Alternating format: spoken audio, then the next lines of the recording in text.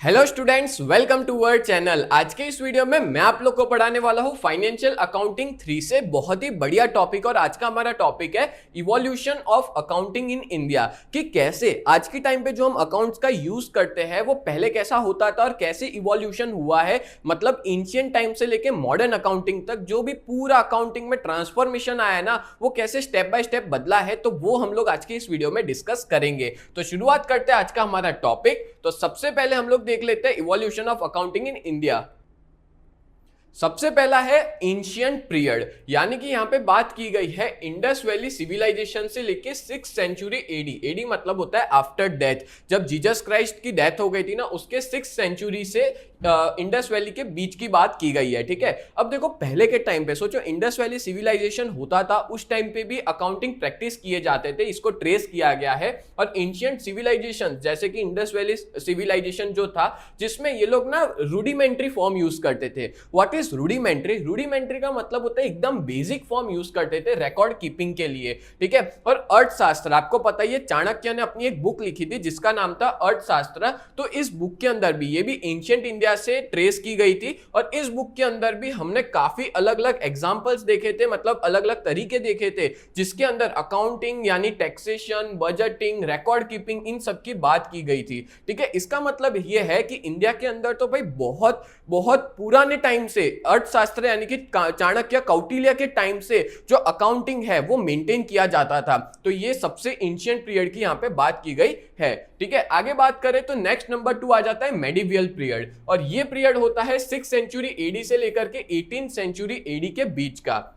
और इस medieval period के अंदर जो अकाउंट प्रैक्टिस है वो कंटिन्यू की जाती है, जिसमें हम लोग डेवलप करते हैं अलग अलग डायनेस्ट्री, मतलब अलग अलग डायनेस्ट्रीज डेवलप की गई थी। जैसा कि आपको पता है गुप्ता एम्पायर था, गुप्ता ईरा था पूरा का पूरा। ठीक है, फिर मुगल एम्पायर की बात आई थी। तो इस पूरे टाइम के अंदर गुप्ता पीरियड, मुगल एम्पायर, ये सारे पीरियड्स के अंदर, डायनेस्ट्रीज के अंदर भी ये लोग अकाउंटिंग का यूज करते थे। ठीक है, और उस टाइम पे बहीस जो है वो यूज किया जाता था। बहीस को हम लोग अकाउंटिंग बुक भी कहते हैं। आपको पता होगा, अगर आपने देसी नामा कभी किया होगा ना, तो उसमें खाता बही और ऐसे सब नाम आते थे। ठीक है, तो दैट्स व्हाई हम यही कहेंगे कि बही का कंसेप्ट चलता था, और जिसको हम लोग अकाउंट बुक कहते हैं। ठीक है, और जो यूज किए जाते थे हर एक तरह के फाइनेंशियल ट्रांजैक्शंस को रिकॉर्ड करने के लिए और बिजनेस डीलिंग्स को रिकॉर्ड करने के लिए। क्लियर हो गया? चलो अब अगर देखते हैं नेक्स्ट, आगे नंबर 3 है कॉलोनियल पीरियड। और कॉलोनियल पीरियड का टाइम था 18th सेंचुरी से 20th सेंचुरी के बीच में। अब आपको पता ही है कॉलोनियल पीरियड, इसका नाम पता है क्यों दिया है? क्योंकि यूरोपियन पावर्स जब इंडिया में आए थे तो उन्होंने कॉलोनीज डेवलप की थी। खास करके हम लोग बात करें यूरोपियन कॉलोनियल पावर्स के अंदर ब्रिटिशर्स की। जब ब्रिटिश की ईस्ट इंडिया कंपनी इंडिया के अंदर आई थी, तो उस टाइम पे हम लोग काफी इन्फ्लुएंस थे उनकी अकाउंटिंग प्रैक्टिस से। ठीक है, जिसकी वजह से वो ब्रिटिश लोगों ने ही डबल एंट्री बुक कीपिंग जो है उसको इंट्रोड्यूस किया था। और आज की डेट में जो मॉडर्न प्रिंसिपल्स हम लोग यूज करते हैं अकाउंटिंग के, वो भी उसी टाइम से आए हुए हैं। ठीक है, मतलब हम लोग चाणक्य के टाइम का अकाउंटिंग यूज नहीं करते हैं, हम लोग जो ब्रिटिश पीरियड के टाइम पे जो लोग डबल एंट्री बुक कीपिंग लाए थे, वो आज की डेट में हम लोग यूज करते हैं, बिकॉज हम लोग उनसे काफी ज्यादा इन्फ्लुएंस थे। ठीक है, और आज की डेट में भी हम लोग एडमिनिस्ट्रेटिव और कमर्शियल एक्टिविटीज जो है, उस टाइम पे भी वो लोग डबल एंट्री का यूज करते थे। आज की डेट में भी डबल एंट्री का काफी जगह पे यूज किया जाता है। और देन आफ्टर आता है कंपनीज एक्ट 1850 में, और जिसका भी बहुत अच्छा खासा असर पड़ता है, जिसके अंदर अलग अलग फ्रेमवर्क बनाए जाते हैं, जैसे कि कॉर्पोरेट अकाउंटिंग आता है, फाइनेंशियल रिपोर्टिंग कैसे करना है। तो कंपनीज एक्ट की वजह से इस तरह के अकाउंटिंग और रिपोर्टिंग की शुरुआत हुई। देन बात करें नंबर 4 की, बट उससे पहले मैं आपको बता दूं कि बीकॉम सेम 2 का हमारा जो कोर्स है, अगर आप लोग ने नहीं परचेस किया तो कर सकते हो। और अभी जो प्राइस है ना, वो बहुत कम हो चुकी है, जिसके अंदर हम लोग cloud accounting, financial accounting 3, statistics, economics, ये सारे सब्जेक्ट्स कवर करते हैं। और आपके कोई भी डाउट्स होंगे ना, तो डाउट्स को भी सॉल्व किया जाएगा। तो जल्द से जल्द हमारे ऐप को डाउनलोड करो प्ले स्टोर और ऐप स्टोर पे। प्ले स्टोर पे यूजीटी नाम है, ऐप स्टोर पे माई इंस्टीट्यूट नाम है। और अगर कोई क्वेरी है तो आप इस नंबर पे भी कॉन्टेक्ट कर सकते हो। बट सच बता रहा हूं, ये कोर्स आप जरूर खरीदना, आपके फायदे के लिए ही है। ठीक है, आपकी पढ़ाई बहुत ज्यादा इजी हो जाएगी। देन बात करें नंबर 4, पोस्ट इंडिपेंडेंस पीरियड, मतलब कि ये बात की गई है 1947 के बाद की, ठीक है। 1947 के बाद यानी कि इंडिपेंडेंस के बाद जो ब्रिटिश रूल था 1947 से, ठीक है, तो इंडिया ने काफी इकोनॉमिक रिफॉर्म्स किए और डेवलपमेंट इनिशिएटिव किया है। इकोनॉमिक रिफॉर्म्स का मतलब होता है, आपको पता होगा कि 1991 के अंदर हमारी कंट्री में इकोनॉमिक रिफॉर्म हुआ था, जिसकी अभी हम लोग आगे बात करते हैं, ठीक है। 1991 के बाद हमारी कंट्री में लिबरलाइजेशन, प्राइवेटाइजेशन, ग्लोबलाइजेशन आया, जिससे काफी इंपैक्ट पड़ा है। और साथ साथ में इंडिया ने इंडियन कंपनीज एक्ट 1956 भी एक्सेप्ट कर लिया, जिसके बेसिस पे काफी चेंजेस किए गए, जिसमें काफी रूल्स रेगुलेशंस ला दिए, जैसे कॉर्पोरेट अकाउंटिंग में, ऑडिटिंग में, फाइनेंशियल रिपोर्टिंग में। और आगे बात करें तो जो आईसीएआई यानी कि institute of chartered accountants of India, जिसको आईसीएआई कहते हैं, उसने काफी क्रूशियल रोल प्ले किया है, बहुत इंपॉर्टेंट रोल प्ले किया है। आपको पता ही होगा कि सीए जितने भी लोग करते हैं उनको आईसीएआई के अंदर रूल्स एंड रेगुलेशंस के अंडर रजिस्टर्ड करवाना पड़ता है, ठीक है। तो यहाँ पे जो आईसीएआई है उसने काफी सारे रूल्स रेगुलेशंस बनाए, काफी सारे फ्रेमवर्क बनाए हैं, जिसके बेसिस पे कैसे अकाउंट स्टैंडर्ड्स को फॉलो करना है, देन कैसे प्रोफेशनल एक्सीलेंस है, उसके लिए इनका बहुत इंपॉर्टेंट रोल था। देन बात करें, इंडिया जो है वो अब इंटरनेशनल फाइनेंस रिपोर्टिंग स्टैंडर्ड्स को भी फॉलो करने लग गया है, जिसको आईएफआरएस कहते हैं। और रिसेंट टाइम्स में हम लोग जो है वो काफी हमने अकाउंटिंग प्रैक्टिसेस में बदलाव लाया है, जिसकी वजह से वो ग्लोबल स्टैंडर्ड के साथ मैच हो पाए। क्योंकि अगर मान लो इंडिया का अकाउंटिंग स्टैंडर्ड अलग है और पूरे वर्ल्ड लेवल पे पूरा अलग चल रहा है, तो बहुत दिक्कत हो सकती है अलग अलग मल्टीनेशनल कंपनीज को भी और इंडियन कंपनीज को भी। तो हम लोग ने हमारे इस अकाउंटिंग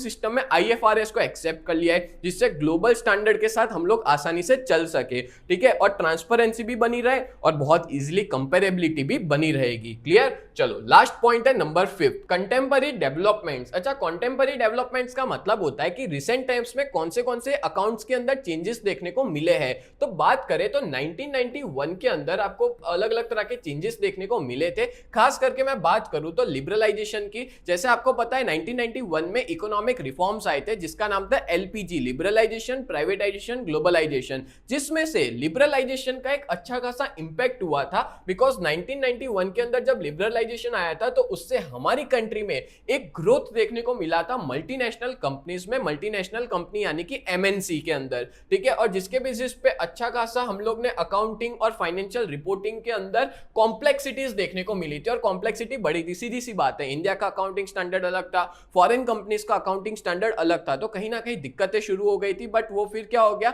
हम लोग ने इंटरनेशनल अकाउंटिंग स्टैंडर्ड्स को एक्सेप्ट कर लिया और उस बेसिस पे उनका वर्क जो है वो स्मूथली चलने लगा। देन बात करें जीएसटी का, जैसे इंट्रोडक्शन हुआ यानी कि 2017 के अंदर जीएसटी के आने की वजह से अलग अलग तरह के चेंजेस देखने को मिले, ठीक है। और जिसके बेसिस पे एक नए टैक्स रेगुलेशंस का इन्वेंशन हुआ। आपको पता है जीएसटी से पहले बहुत सारे अलग अलग तरह के टैक्सेस थे, 17 तरह के अलग अलग तरह के टैक्सेस लिए जाते थे। अब वो सारे इनडायरेक्ट टैक्सेस हट गए, जीएसटी आ गया। और अगर इंडिया में कोई बिजनेस करता है तो उसको जीएसटी लेना कंपलसरी है, मतलब जीएसटी नंबर लेना कंपलसरी और जीएसटी उसको कंपलसरी पे करना पड़ेगा, ठीक है। और आगे बात करें तो इसके बेसिस पे टेक्नोलॉजिकल एडवांसमेंट हुआ है, जैसे कि आपको पता है क्लाउड बेस्ड अकाउंटिंग का हर कंपनी एडॉप्ट कर रही है ऐसे सॉफ्टवेयर्स को। साथ साथ में ऑटोमेशन टूल्स आ गए हैं, जिससे अकाउंटिंग प्रोसेस बहुत ज्यादा इजी हो चुकी है और एफिशिएंसी जो है वो बढ़ी है।